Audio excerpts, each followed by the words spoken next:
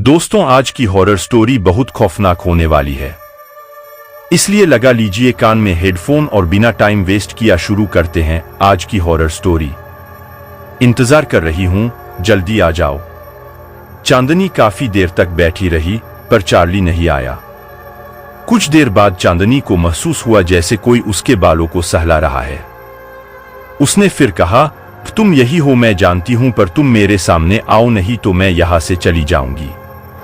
मैं आज तुम्हें देखकर तुमसे ये बताना चाहती थी कि मैं भी तुमसे उतना ही प्यार करती हूं जितना तुम मुझसे, इसलिए प्लीज मेरे सामने आओ। इतना कहते ही चार्ली चांदनी के सामने आ खड़ा हो गया। चार्ली कद से लगभग 17 से 18 साल का एक मासूम लड़का, पर उसका सर फटा हुआ था जैसे किसी ऊंचाई से गिरा हो। चांदनी उसे देखकर थोड़ा डर गई, फिर बोली, क्या तुम ही चार्ली हो? हाँ जेनी, मैं तुम्हें कब से ढूंढ रहा था और आखिरकार तुम मुझे मिल ही गई। अब हम हमेशा साथ रहेंगे। पर मैं चांदनी चार्ली से कुछ कहने ही वाली थी कि तभी चांदनी ने फादर की ओर देखा जो उसे इशारे से कह रहे थे कि वो चार्ली को ना बताए कि वो चांदनी है, जेनी नहीं। चांदनी ने आगे कहा, तुम मुझे प्यार करते हो तो मारना क्यों चाहते? चार्ली, मैं तुम्हें मारना नहीं चाहता, पर तुम्हें मारे बिना तुम मेरी नहीं हो सकती। चार्ली और चांदनी बात कर ही रहे थे, तभी फादर सामने आए और फादर को देखकर चार्ली कहीं गायब हो गया। फादर, कब वो नहीं आएगा? चलो, सब मुझे कुछ बताना चाहता हूं चार्ली के बारे में। सभी फिर लिविंग रूम में गए। फादर, मैं जानता हूं चार्ली कौन है। वो चांदनी, वो कौन है वो? फादर, वो है मेरा बेटा चार्ली। आपका बेटा चार्ली? वो चांदनी ने हैरानी से पूछा।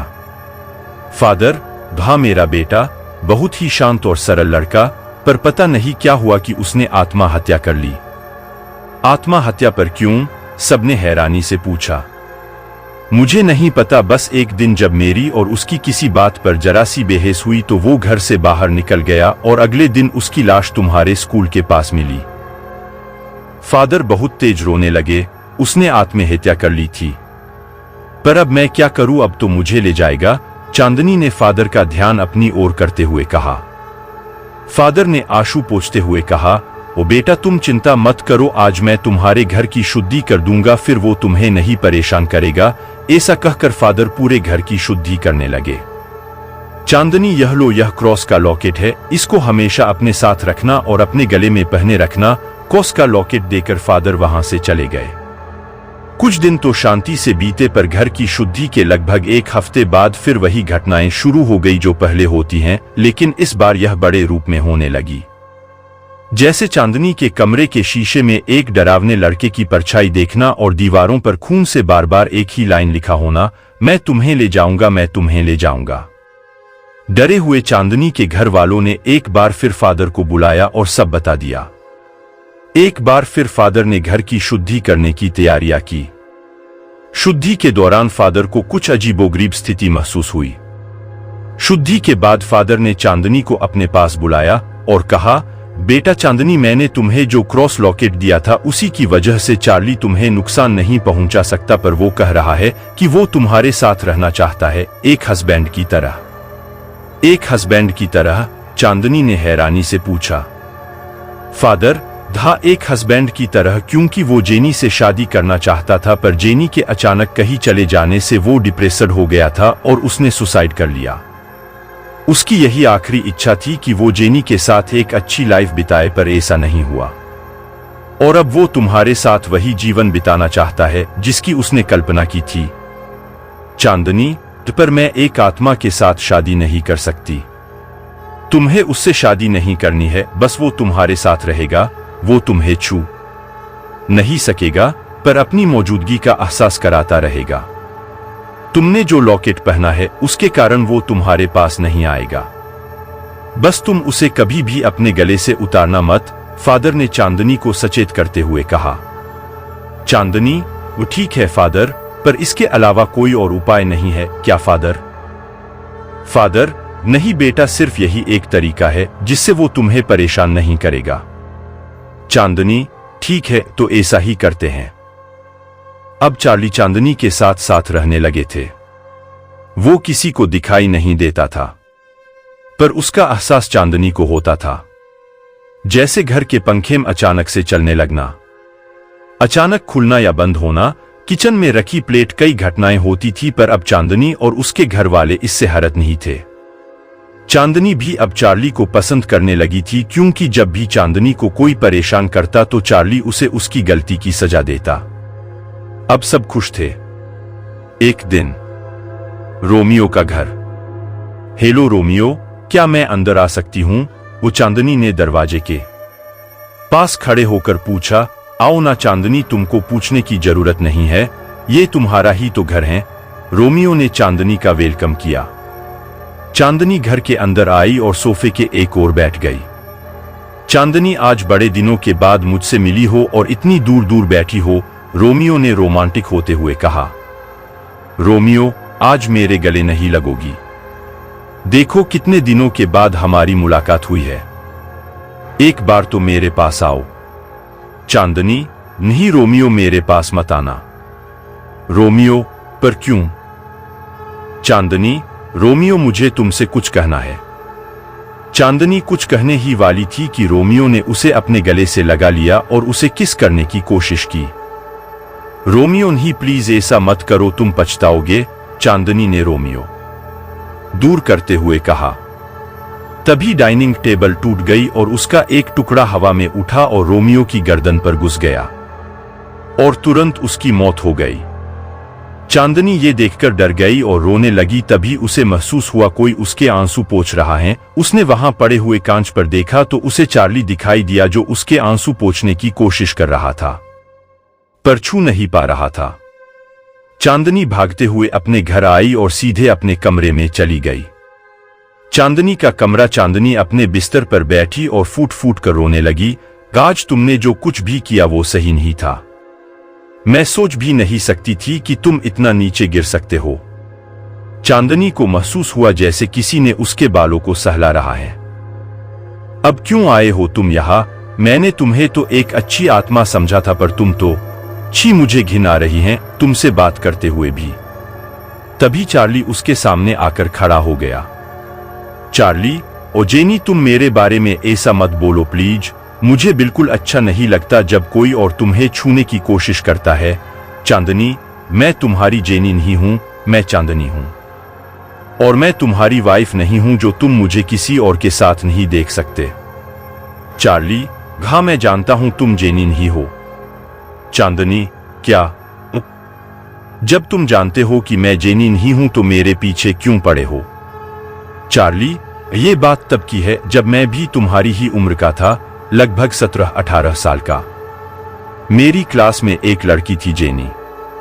मैं जेनी को बहुत प्यार करता था और उसके बिना मैं अपनी जिंदगी सोच भी नहीं सकता था, पर एक दिन मैंने उसे किसी और लड़के के साथ देखा। मेरा खून खौल गया। चार्ली की आंखें लाल हो गई। वो मुझे धोखा दे रही थी। मैं कभी सोच भी नहीं सकता था कि वो मुझे धोखा देगी, इसलिए मैंने उसे एक रात उसी के घर में जाकर चाकू घोंप कर मार डाला। फिर भी मुझे उसकी याद आती रही। अब भी मेरा दिल उसके ही पास था। मैं उसकी याद में इतना पागल हो गया था कि मुझे कुछ समझ नहीं आ रहा था, और मैंने भी आत्महत्या कर ली। पर मैंने जैसा सोचा था कि अब शांति पाऊंगा, लेकिन मुझे मुक्ति नहीं मिली और मैं भटकता रहा। फिर एक दिन जब तुम स्कूल की बालकनी से झांक रही थी, तब मैंने तुम्हें देखा और जेनी को याद करने लगा। मुझे लगा जैसे तुम ही जेनी हो, इसलिए तुम्हारा पीछा किया। पर तुम्हारे बारे में जब पता चला तो समझ आया तुम जेनी जैसी दिखती जरूर हो, पर वो हो नहीं। चांदनी, और जब तुम्हें पता चल ही गया था कि मैं जेनी नहीं हूं, फिर भी तुम मेरे पीछे क्यों आए? चार्ली चिल्लाते हुए, नहीं आया मैं तुम्हारे पीछे, मुझे कैद करके भेजा गया तुम्हें मारने के लिए। चांदनी, क्या? किसने भेजा है तुम्हें? चार्ली, वो मैं अभी नहीं बता सकता। चांदनी, पर क्यों नहीं बता सकते? चार्ली, ये एक ब्लैक मैजिक है जिसमें मैं तुम्हें तभी बताऊंगा कि तुम्हारे लिए मुझे किसने भेजा है, जब मैं तुम्हें मारने वाला रहूंगा। पर अब मैं तुमसे प्यार करता हूं और जब तक तुम्हारे गले में ये लॉकेट है तब तक मैं तुम्हें नहीं मारूंगा, इसलिए प्लीज इस लॉकेट को कभी मत उतारना। चांदनी, ठीक है, तो अब मैं इसे कभी नहीं उतारूंगी, पर तुम भी मुझसे वादा करो जब तक मैं ना कहूं तुम मेरे इर्द गिर्द होने वाले किसी भी व्यक्ति को परेशान नहीं करोगे। ठीक है जेनी। और चार्ली फिर गायब हो गया। अब सब ठीक था। चांदनी अब बड़ी भी हो गई थी और पहले से भी ज्यादा खूबसूरत। चांदनी का घर। चांदनी, मम्मी मम्मी। चांदनी की माँ, अरे वाह आज तो बड़ी सुंदर लग रही हैं। चांदनी, थैंक्स माँ। माँ देख मैं तेरे लिए कितनी सुंदर ड्रेसेस लाई हूं, जा इन्हें जाके ट्राई कर। मैं भी तो देखूं ये ड्रेस मेरी चांद सी चांदनी को और कितना सुंदर बनाती हैं। चांदनी, थैंक यू माँ, मैं अभी इन्हें पहनकर देखती हूं। ये देखो माँ मैं कैसी लग रही हूं। माँ, गरे वाह, बहुत सुंदर। अब ये वाली पहनकर देख। चांदनी, पर माँ ये ड्रेस थोड़ी टाइट है। मम्मी, कोई नहीं, मैं तेरे साइज की करा दूंगी। चांदनी अपने कमरे में गई और दूसरी ड्रेस पहनने के लिए कपड़े उतारने लगी, तभी उसका लॉकेट कपड़ों में फंसकर उतर गया। तभी वहां चार्ली आया और रोते हुए चांदनी को दीवार की ओर फेंक दिया। झटका इतना तेज था कि चांदनी का सिर फट गया और चांदनी अपनी जिंदगी के आखिरी पल भरने लगी। मैंने तुम्हें मना किया था ना, अब मैं कुछ नहीं कर सकता। चांदनी, चार्ली बहुत तेज से आंखें भरते हुए रोने लगा। अब तो बता दो तुम्हें किसने भेजा था। चांदनी ने चार्ली को रोकते हुए कहा। चार्ली, तुम्हें मारने के लिए मुझे तुम्हारी सौतेली मां माया ने भेजा था। चांदनी, पर क्यों? चार्ली, क्योंकि वो जलती थी तुम्हारी खूबसूरती से, तुम्हारे बालों से, तुम्हारी आंखों से। चांदनी की सांसें रुक चुकी थी। हेलो सुनिए, जल्दी घर आइए चांदनी। वो वी चांदनी। पापा, गरे क्या हुआ माया? चांदनी की सौतेली मां, क्या हुआ चांदनी को? मां चांदनी। पापा रुको, तुम वही रुको, मैं अभी घर पहुंचता हूं। कुछ देर बाद। पापा, ये क्या हुआ चांदनी को? मां, पता नहीं जी, ये कपड़े बदलने के लिए अपने कमरे में आई थी। कुछ देर बाद मुझे कुछ टूटने की आवाज आई। मैं दौड़कर ऊपर आई तो देखा इसके सर पर पंखा गिर हुआ था और ये मर चुकी थी। और माया जोर जोर से रोने लगी। पापा हैरान होते हुए, इसके बाल और आंखें कहां हैं? मुझे कुछ नहीं पता, बस मेरी बेटी को मुझे लौटा दो प्लीज, माया ने रोते हुए कहा। चांदनी के अंतिम संस्कार के बाद कुछ पड़ोसी घर पर आए। माया, हमें बहुत दुख हुआ तुम्हारी एकलौती बेटी के बड़ा में सुनकर। आस पड़ोस की महिलाओं ने माया को सांत्वना दी। कुछ दिनों बाद सुशीला, माया की पड़ोसन, माया आज तुम्हारे बाल और आंच बड़ी ही सुंदर लग रहे हैं, बिल्कुल तेरी चांदनी जैसे।